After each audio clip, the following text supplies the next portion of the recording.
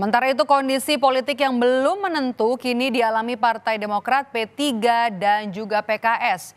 Jika akhirnya menemui jalan buntu dalam kondisi politik jelang Pilpres yang tidak menentu, bisa jadi akan memicu munculnya poros koalisi baru.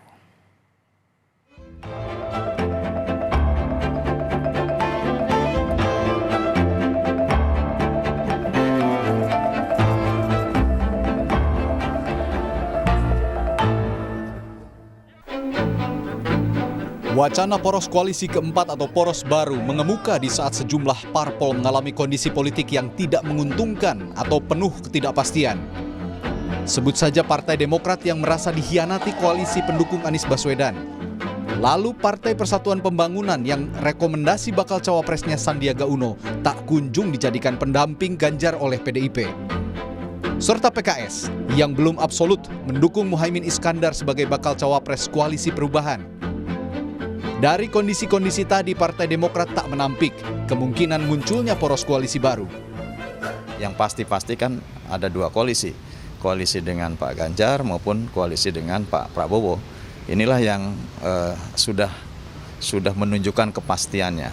Tapi tidak menutup kemungkinan, politik serba mungkin. Oleh karenanya mungkin opsi untuk membangun poros baru ini juga biasanya ada saja suara ke arah sana. Lain halnya dengan P3, kendati belum ada kepastian dari PDIP, partai berlambang Ka'bah ini menyatakan masih menghormati proses politik di mana nama Sandiaga Uno diusung P3 sebagai bakal cawapres pendamping Ganjar. Ini P3 mengikat kerjasama politik dengan PDI Perjuangan sebagaimana hasil Rapimnas 5 dan juga hasil Rapimnas 6-nya merekomendasikan Pak Sandiaga Uno sebagai calon wakil presidennya Pak Ganjar. Nah, proses politik itu sedang berlangsung. Selama keputusan Rapimnas itu belum diubah, maka itu tidak ada rencana poros-poros baru. Sedangkan Partai Keadilan Sejahtera, seperti yang kita tahu, masih menunggu hasil musyawarah Majelis Syuro Partai untuk menerima Muhaimin Iskandar sebagai bakal cawapres. Nama Bapak Abdul Muhaimin Iskandar sebagai bakal calon wakil presiden insya Allah akan diusulkan untuk dibahas pada musyawarah Majelis Syuro Partai Keadilan Sejahtera.